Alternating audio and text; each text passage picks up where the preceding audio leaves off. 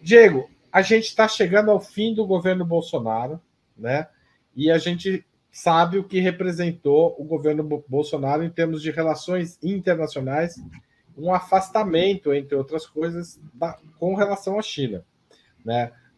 E ao grande bloco que vinha sendo construído durante os governos petistas do BRICS, né? Brasil, Rússia, Índia, China e a África do Sul. O BRICS volta a ter força com o novo governo Lula.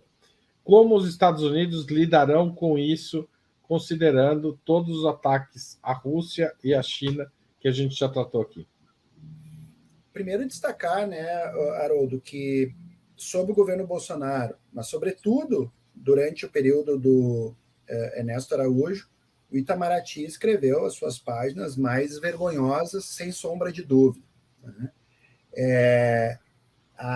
Os conflitos produzidos com diversos países vizinhos, com Venezuela, Argentina, mas também com o principal parceiro comercial, com a China, análoga àquela que a gente assistiu internamente. Inclusive, depois com a saída do Ernesto Araújo, diminuiu o nível de loucura, né, de irresponsabilidade na condução da política externa brasileira.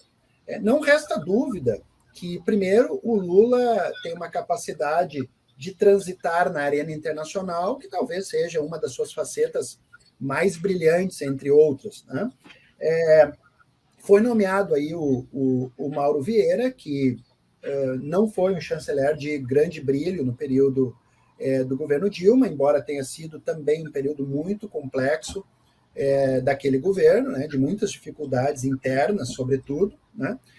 Mas eu acredito que o Lula é capaz de recuperar uma política externa exitosa, né? O Brasil teve um papel, como você bem destacou, chave na construção do BRICS, teve um papel chave para impulsionar a integração sul-americana com o Unasul, com o CELAC, teve um papel decisivo no aprofundamento das relações com a África, e eu acredito que o Brasil deve voltar a ter um protagonismo, e esse protagonismo é mais do que nunca fundamental, porque, como a gente já destacou, o mundo passa por uma transição sistêmica e a gente precisa ter uma leitura acurada dessas mudanças de força e explorar as contradições que se apresentam.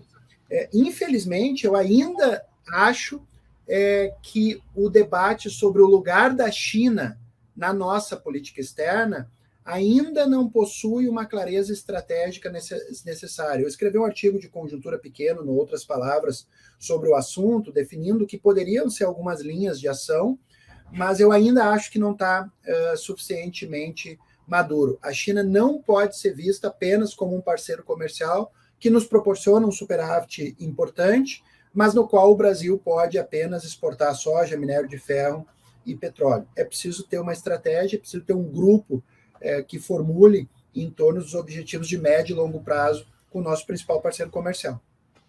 Você acha que a China teria interesse num processo de reindustrialização do Brasil? O mais profundo, Haroldo, por quê? Porque o que eu observo aí, analisando a interação internacional da China, é que a China, ela aceita as demandas dos países parceiros, né, dentro, obviamente, dos seus interesses, ela aceita contrapartidas. O próprio desenvolvimento chinês, ela utilizou de parceiros, na época, nos anos 80, 90, com maior potencial, para internalizar capacidades. E ela sabe que isso faz parte do jogo. Agora, é fundamental que o Brasil saiba o que pedir, o que demandar desse parceiro. A China demandou do Brasil. Agora, semanas atrás, aí eu fiz uma série de fios sobre a morte do Jiang Zemin, e num deles eu tratei da visita do Jiang Zemin ao Brasil, né, no governo Itamar, e ele visitou Itaipu e visitou a Embraer. O que aconteceu alguns anos depois?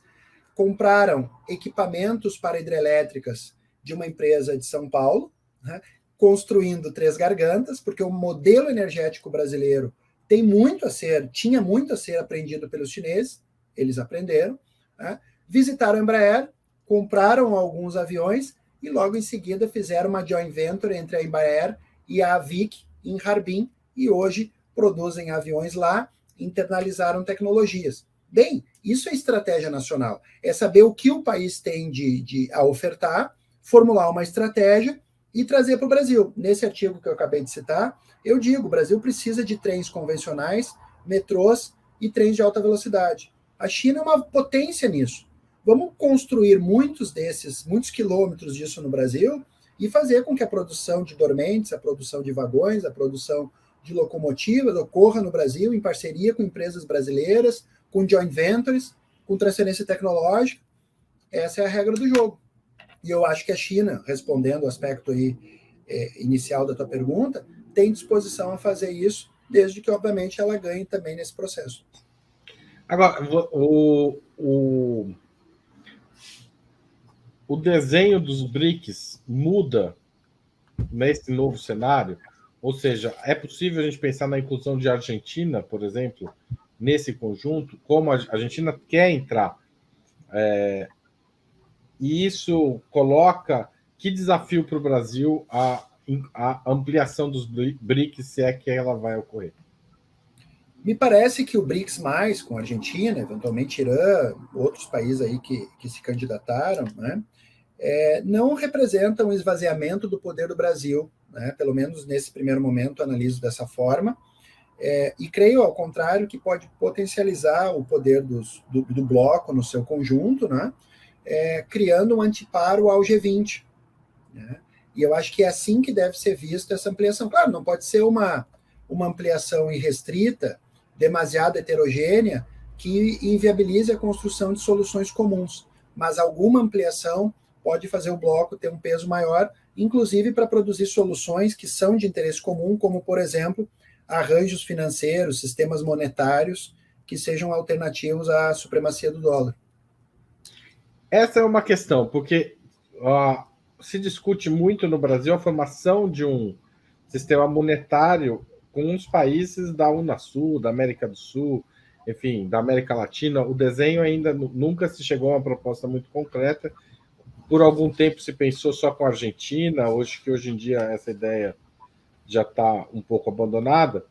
E a China, por outro lado, tem interesse em criar alternativas ao dólar. O Brasil deve embarcar numa alternativa chinesa, ou ele deve, junto com a China, ou ele deve tentar primeiro um passo regional, na sua avaliação?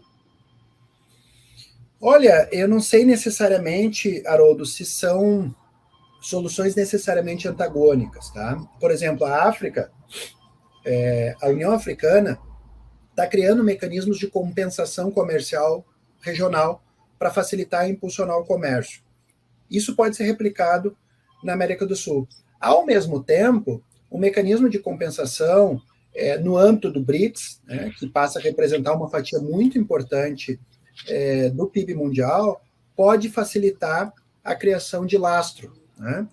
E isso não impede, inclusive, outras iniciativas, como mecanismos de comércio bilateral entre Brasil e China, Brasil e Rússia, como a própria China tem feito, baseado em compensações bilaterais. O fato concreto é que a dependência que o mundo tem do dólar, e isso ficou claro para a China, por exemplo, desde a crise de 2008. À época, o presidente do Banco Central chinês disse que a hegemonia do dólar era capaz de arrastar o mundo inteiro para um colapso, e que isso não é compatível com a realidade geoeconômica do mundo. Então, essa necessidade está clara, tanto para os países que são arrastados para a crise financeira, quanto aqueles que veem suas reservas que estavam em dólar serem aprisionados, caso da Venezuela, caso do Irã, caso da Rússia e de outros países.